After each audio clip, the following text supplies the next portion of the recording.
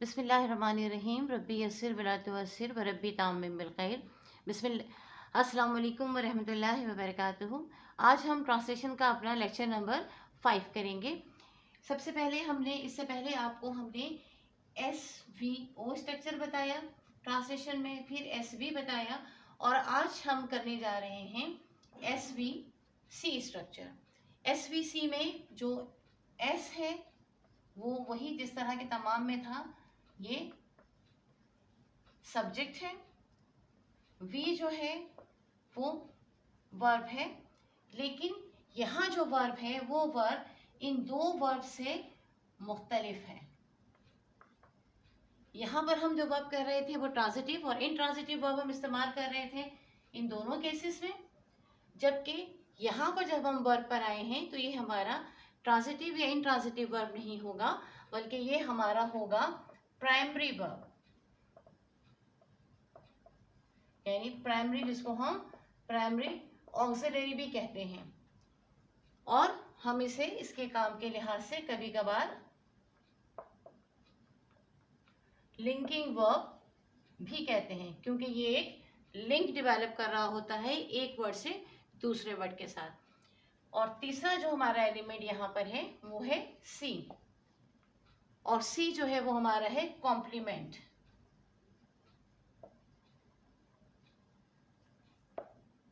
Complement यानी to complete. ये वो कॉम्प्लीमेंट नहीं है जो कि हम गुफ्तगू के दौरान किसी की तारीफ करते हुए उसको कॉम्प्लीमेंट देते हैं, बल्कि इसका मतलब क्या है, ये ग्रामेटिकल एक टर्म है और इस ग्रामेटिकल टर्मिनोलॉजी में हम इसको कहते हैं कि ये हम ऐसे अल्फाज जो हम इस्तेमाल करें जो कि जुमले को कंप्लीट करने के लिए इस्तेमाल किए जाएं, जुमले के मकसद को पूरा करने के लिए इस्तेमाल किए जाएं, तो उन्हें हम कॉम्प्लीमेंट कहते हैं। ये दो तरह के होते हैं, ये नाउन भी हो सकता है और ये आपका एडजेक्टिव भी हो सकता है,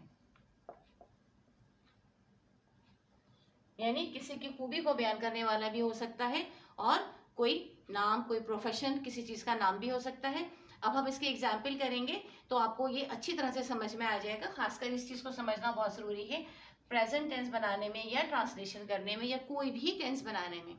जो स्टूडेंट ज़्यादातर प्रॉब्लम उनको आता है या जो वो गलती करते हैं वो यही होता है कि वो SVO क्या ये जो वर्ब है इस वर्ब को और इस वर्ब को जो है वो मिक्सअप कर देते हैं और उन्हें डिफरेंस नहीं पता लगता है कि ये वर्ब क्या है और ये क्या है, और इसके बाद जो लगाने वाली चीज़ कॉम्प्लीमेंट है वो क्या है, और इसको ये ऑब्जेक्ट को मिक्सअप कर देते हैं। तो लिहाजा क्या होता है, एज अ रिजल्ट उनका सेंटेंस खराब हो जाता है, वो गलत हो जाता है। अगर आप इन चीज़ों को समझ लेंगे कि ये एलिमेंट्स जो हैं, मोस्ट इंपॉर्टेंट एलिमेंट्स जो हैं किसी भी सेंटेंस के, अगर ये सारे एलिमेंट्स आप अच्छी तरह से समझ लेते हैं तो मैं नहीं समझती कि कोई भी जुमला, चाहे आप अंग्रेज़ी से उर्दू में बनाएं या उर्दू से अंग्रेज़ी में बनाएं या अंग्रेज़ी से अंग्रेज़ी में उसको मज़ीद आगे एलॉबरेट करें, आपको कोई प्रॉब्लम होना चाहिए। इंशाअल्लाह ताला आपको कोई प्रॉब्लम नहीं होगा। इन एलिमेंट्स को बहुत गौर से देखिए और इनको समझने की अच्छी तरह से कोशिश कीजिए।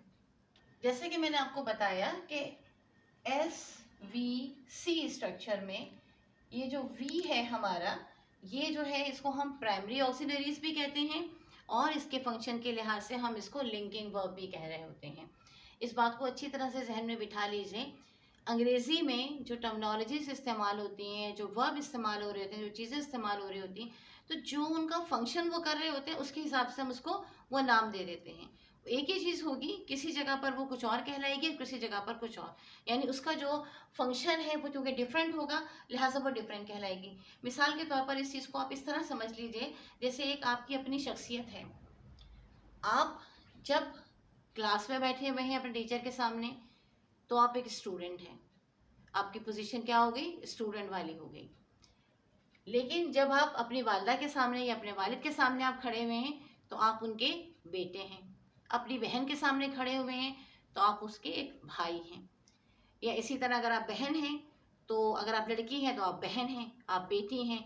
तो ये आपकी, आप तो एक ही हैं, लेकिन आपकी चूँकि आप मुख्तलिफ सिनेरियो में, मुख्तलिफ कॉन्टेक्स्ट में आप जा रहे हैं, तो उस कॉन्टेक्स्ट के हिसाब से आपकी पोजीशन चेंज होती चली जा रही है। तो बिल्कुल इसी तरह अंग्रेज़ी में भी ऐसे ही होता है, कॉन्टेक्स्ट के लिहाज से चीज़ें जो है वो तब्दील होती चली जाती हैं, उनके नेम तब्दील होते चले जाते हैं। इसी तरह प्राइमरी ऑक्सिलरीज जो हैं वो कहीं पे प्राइमरी ऑक्सिलरीज कहला रही होती हैं, कहीं पे वो लिंकिंग वर्ब्स कहला रही होती हैं। लाइक आप यहाँ पे एक मिसाल देखिए कि हम यहाँ पर, चूँकि ये हमारे पास सब्जेक्ट है, तो हम कोई प्रोनाउन भी इस्तेमाल कर सकते हैं और हम कोई नाउन भी इस्तेमाल कर सकते हैं। तो फर्ज कीजिए हम नाम इस्तेमाल करते हैं अली, ठीक है। अब अली जो है वो है डॉक्टर, लेकिन देखा जाए ये भी नाउन है और ये भी नाउन है। क्या अली और डॉक्टर दो अलग अलग शख्सियतें हैं? ये एक है और ये दो है। तो ऐसा है या नहीं है ये हमें कैसे पता चलेगा अगर अली और डॉक्टर लिखा हुआ हो। लेकिन अगर हम यहाँ पर ये एक वर्ब लगा देते हैं, अली इज अ डॉक्टर, तो ये क्या करेगा, इसने क्या किया, अली और डॉक्टर के दरमियान में एक लिंक डेवलप कर दिया और हमें ये पता लग गया कि अली जो है वो डॉक्टर है। तो लिहाजा हमने क्या कहा, हम इस वर्ब को, जो प्राइमरी ऑक्सिलरी हम इस्तेमाल कर रहे हैं, जो इज़ हम इस्तेमाल कर रहे हैं, इसको हमने कहा कि ये एक लिंकिंग वर्ब है क्योंकि ये लिंक डेवलप कर रहा है। या ये चीज़, ये नाउन है। एक और मिसाल हमने आपको बताई थी कि नाउन के अलावा कॉम्प्लीमेंट जो है वो एडजेक्टिव भी हो सकता है।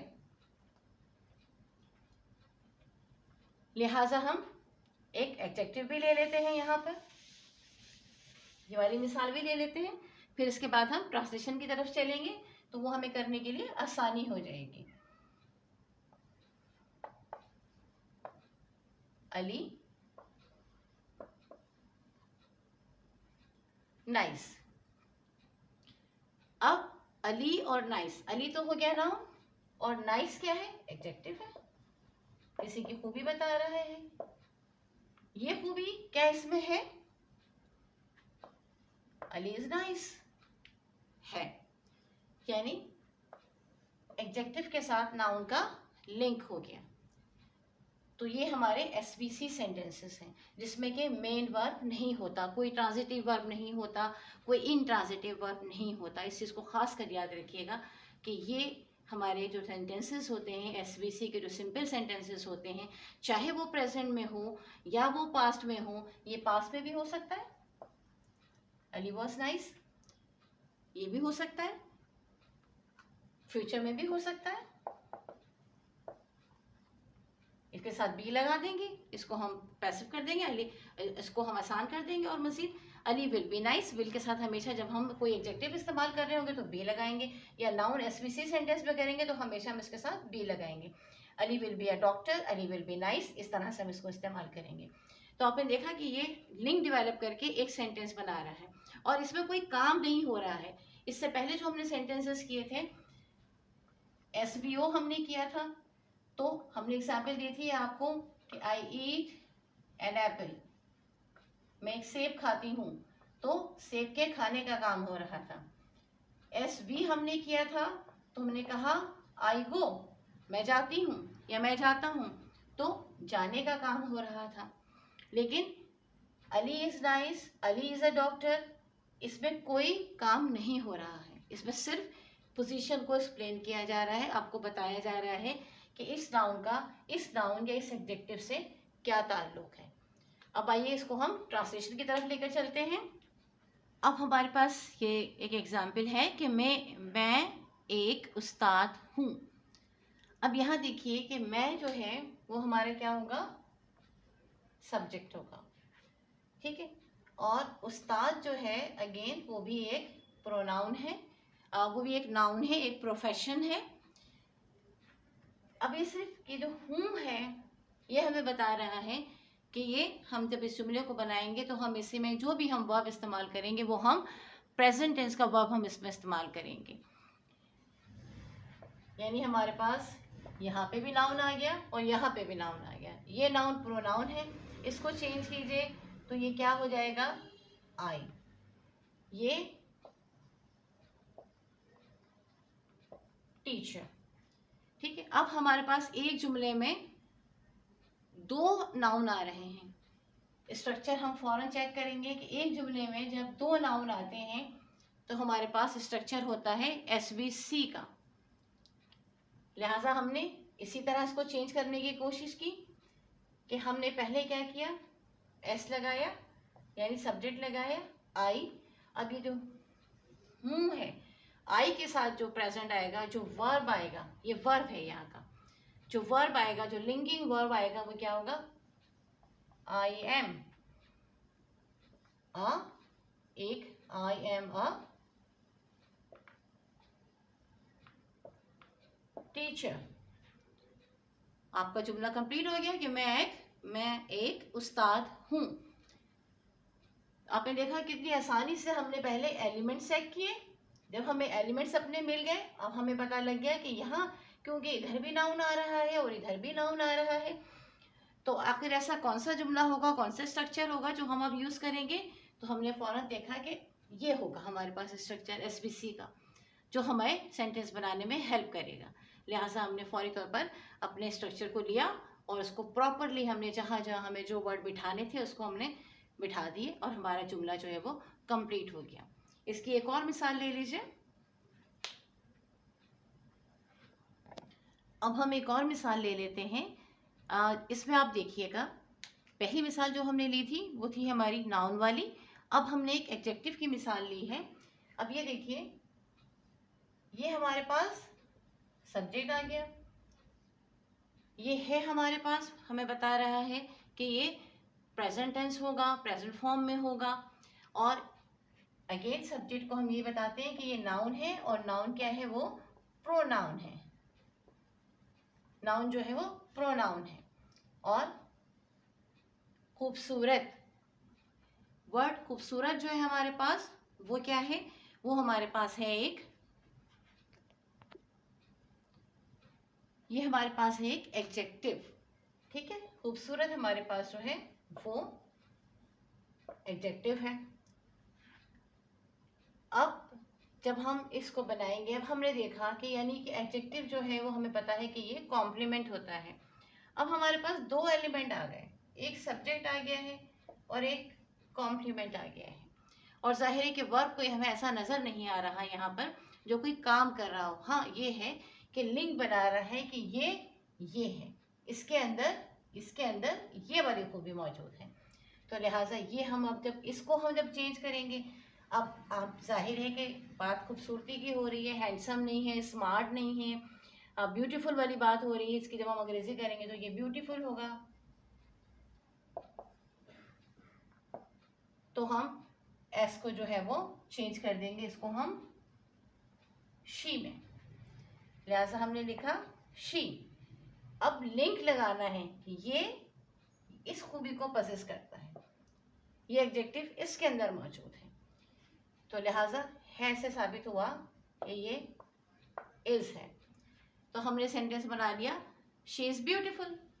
तो आप देखेंगे कितनी आसानी से जब हमने एलिमेंट सेट कर लिए हैं अपने सेंटेंस में, उर्दू के सेंटेंस में, और अंग्रेज़ी का स्ट्रक्चर हमें पता है, तो हमारे लिए कितना आसान है कि हम अपने जुमले को अंग्रेज़ी में आसानी के साथ और बहुत सही तरीके से चेंज कर सकें, उसको ट्रांसलेट कर सकें।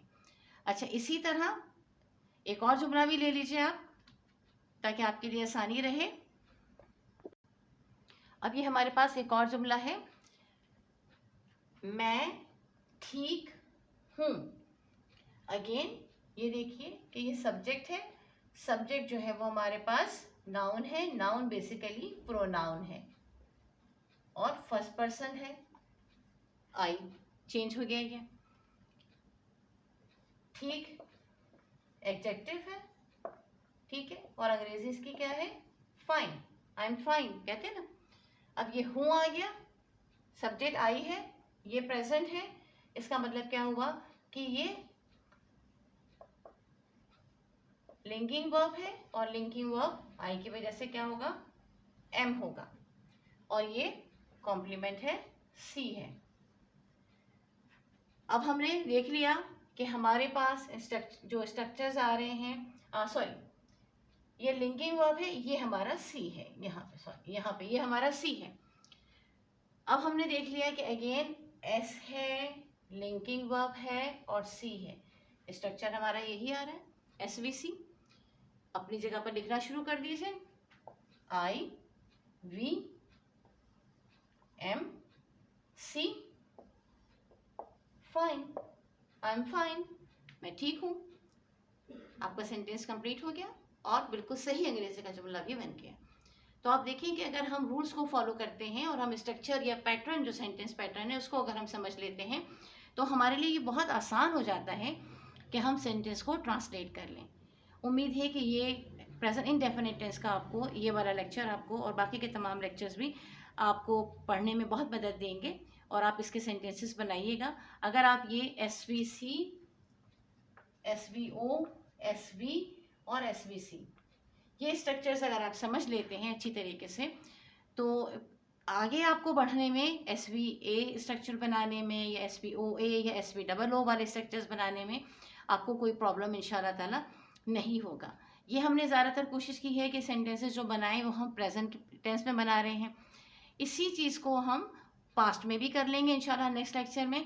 और क्योंकि अब हम रूल समझ चुके हैं, इसको आप प्रैक्टिस कीजिएगा, चूँकि हम रूल समझ चुके हैं तो लिहाजा हम इन तीनों को एक लेक्चर में भी कर सकते हैं। अभी तो मैंने आपको सेपरेट SVO का लेक्चर एक अलग दिया है, SB का अलग दिया है और SVC का अलग दिया है, लेकिन अब हम जब करेंगे तो इस पूरे तीनों चीज़ों को हम जब पास्ट टेंस में करेंगे, क्योंकि हम रूल समझ चुके हैं लिहाजा हमारे लिए मुश्किल नहीं है, हम एक साथ इसको करेंगे इंशाल्लाह ताला नेक्स्ट लेक्चर में। उस वक्त तक के लिए आप इसको ज़रूर प्रैक्टिस कीजिएगा ताकि जब हम लेक्चर नंबर 6 करने बैठें तो आपको प्रॉब्लम नहीं हो। उम्मीद है कि ये आपके लिए फ़ायदेमंद रहेगा। हमें अपनी दुआओं में याद रखिएगा और प्रैक्टिस ज़रूर कीजिएगा। अगर आप इन तमाम लेक्चर्स की जितनी सीरीज़ है ट्रांसलेशन की, और एक और सीरीज़ हमारी चल रही है प्रेजेंट इंडेफिनिट टेंस की, बेसिकली है वो टेंसेस की। अगर टेंसेस की सीरीज़ भी आप बाकायदगी से देखते रहते हैं और ट्रांसलेशन वाली सीरीज़ भी आप देखते रहते हैं तो कोई वजह नहीं है कि आप अच्छी तरह कुछ अरसे में अंग्रेज़ी में महारत हासिल कर लेंगे और अच्छी अंग्रेज़ी लिखना शुरू कर देंगे। बहुत अच्छी अंग्रेज़ी के लिए तो आपको और ज़्यादा मेहनत करनी पड़ेगी। काफ़ी सारे स्ट्रक्चर्स हैं, इंशाल्लाह ताला एक के बाद एक मैं आपको बताती रहूँगी और उम्मीद है कि ये सब आपके लिए बहुत फ़ायदेमंद रहेंगे और आपको पढ़ने में इससे आसानी रहेगी। अल्लाह ताला आपको कामयाबी अता फरमाए, आपके लिए आसानियाँ करे और हमारे लिए भी दुआ खैर करते रहिएगा। इंशाल्लाह ताला नेक्स्ट वीडियो में हाजिर होंगे दोबारा आपके लिए उसको लेकर। अभी हमें इजाज़त दीजिए। अल्लाह हाफ़िज़।